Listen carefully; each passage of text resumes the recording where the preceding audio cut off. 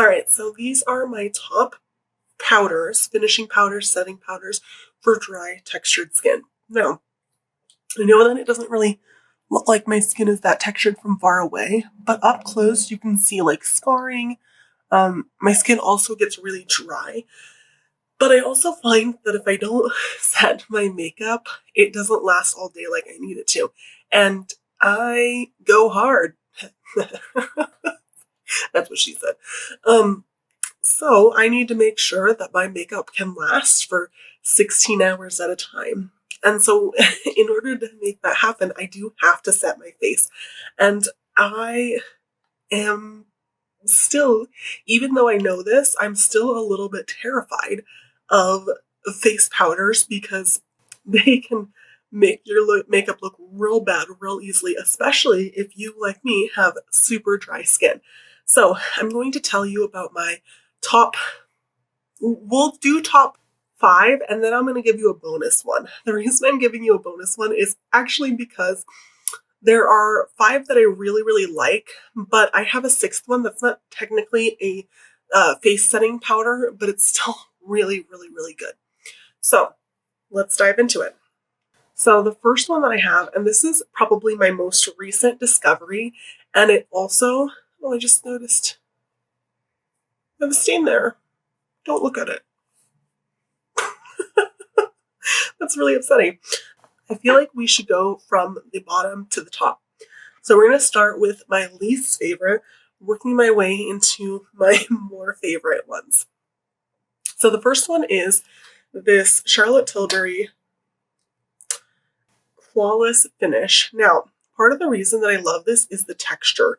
You can barely see it on the skin, like when you swatch it. It just blends in so smooth and becomes like part of your skin. And I can't help but just love that. It looks so nice. The only thing is, and part of the reason that I ranked it as number 5 is that it's so expensive and you get so little in here. This is just an expensive in general product, and I kind of hate that I love it so much. Don't get me wrong, number 5 is still a really good ranking because I have plenty of setting powders that I did not include because I didn't like them as much and or they just were no good. I tried a Physicians Formula one and it literally looked like I had like chunks peeling off of my face, and that didn't do well. So each of these are still really, really good powders. This one is just last because first, it's so expensive. Second, there's not very much that comes in it. And third, I have some that I just like slightly better. But if you're in a pinch, this one can be really easy to find. And it is a very good, just overall powder. It's really hard to go overboard with this as well. Like I said, like if I just kept adding powder, I'd be fine. I would still be able to like wipe away all the excess. It's just that good. Next, this one is a little bit of a cheaper option for those of you on a budget. I have really been noticing how much I love this line in general. So this is the Wet n Wild Photo Focus Banana Powder. Now, I say I really, really like this line in general because I have tried their primer. It's fantastic. A lot of people really love their foundation in this particular, the Photo Focus line. And this one is really, really good too. So it comes with a ton of product and you don't expect it to be as like soft as it is. Not like soft in a powdery way, soft in like, this is a soft product kind of way. But this one is actually really similar. When you swatch it, I'm actually going to bake with this one a little bit. We'll grab a powder puff. But if I just put some of this on my skin and let it just cook there for a minute, I just find that it still looks really, really flawless. So it's really soft, it's cheap, I get a lot of product, and it doesn't make my skin look like gross or textured or anything like that. Like it just blends right away. So I'm baking right there. We're just gonna dust that away. Watch.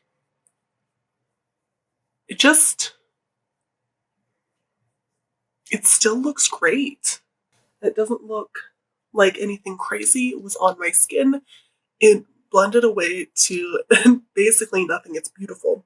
I can't help but love this. And this is definitely one that I'm not necessarily afraid of using all that much because it comes with so much. All right. So this is the third one that I really, really like is actually this Givenchy Prism Libre powder. I have it in, I know it's the medium one.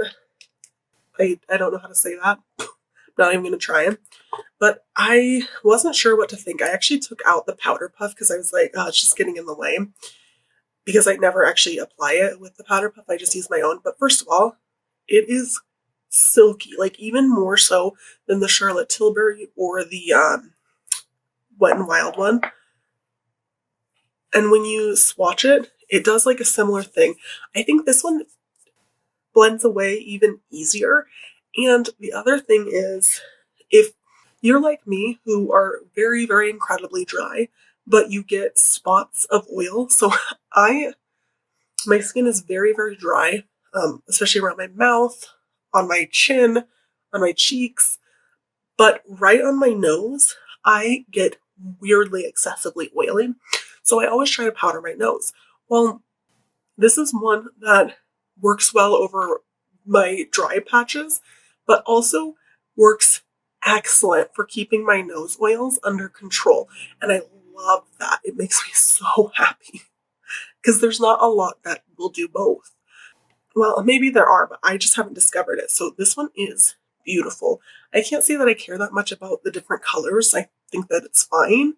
It's a little annoying to me, but the performance of this is another one that I kind of wish I hated it because it just ended up working so well.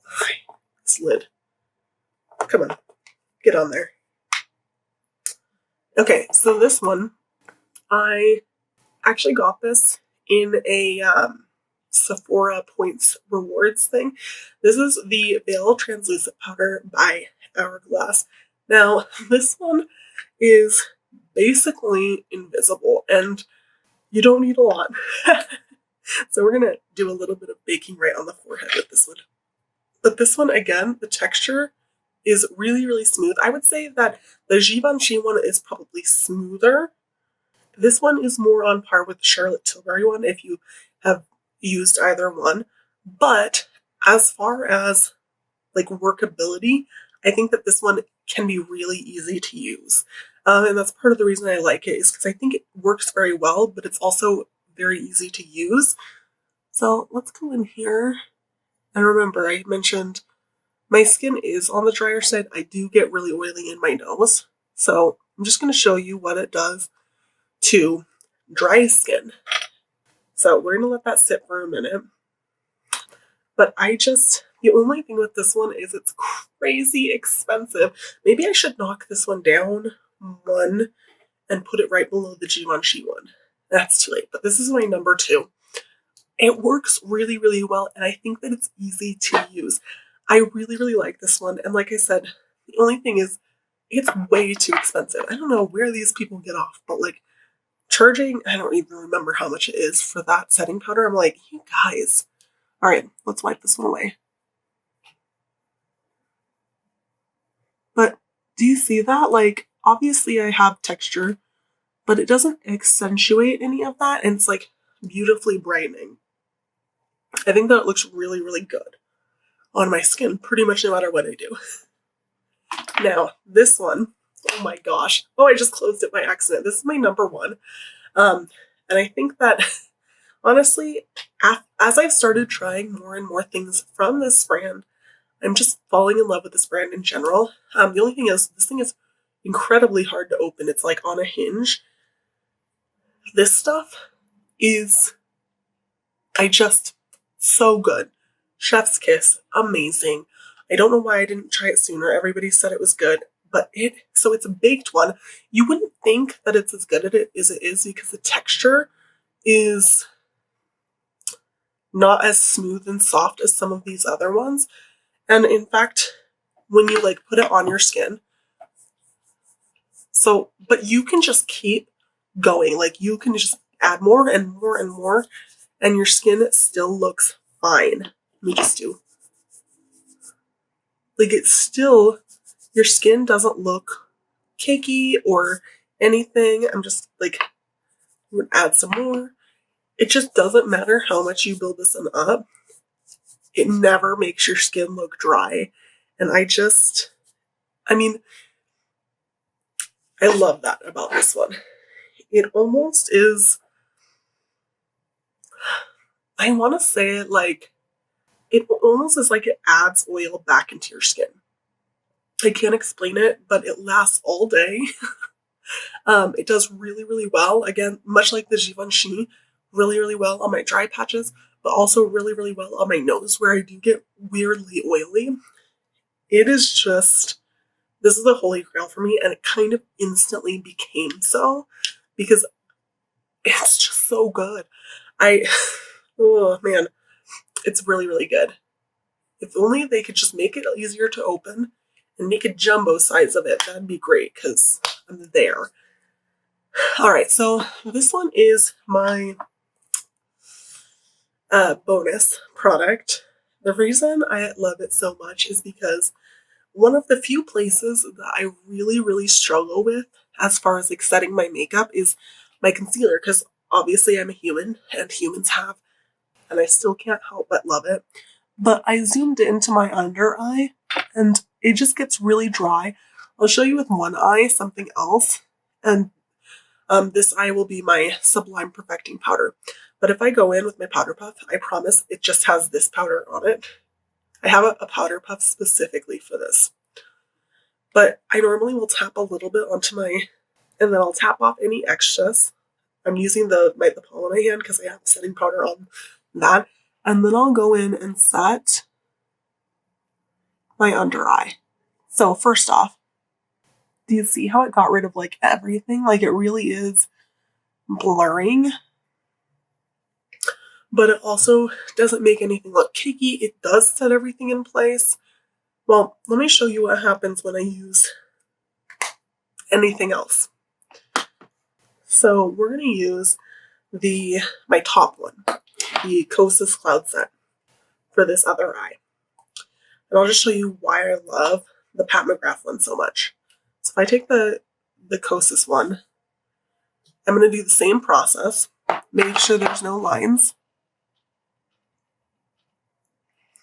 Tap off any excess. I'm going to use this part of my hand.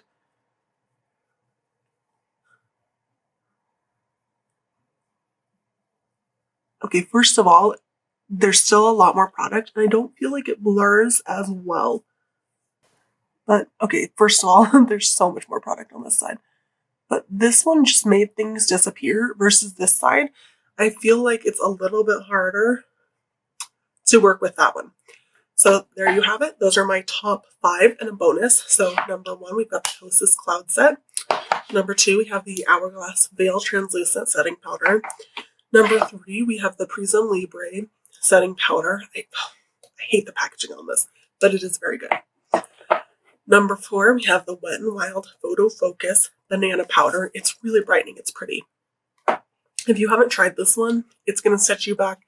I want to say it's less than $10. I can't remember the exact price, but it's really good. And lastly, we have the Charlotte Tilbury Airbrush Setting Powder. All really good, but if you struggle with your under eyes looking really horrible, get this one. Trust me. If you only use it for your under eyes, it will last a decent amount of time.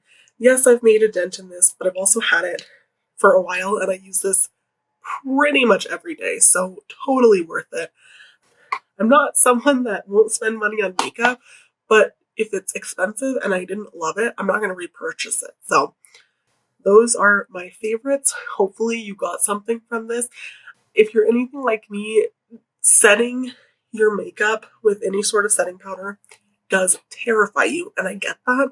But if you want your makeup to look flawless all day long for a 15, 16-hour day, You have to set your makeup. There's like no other way around it.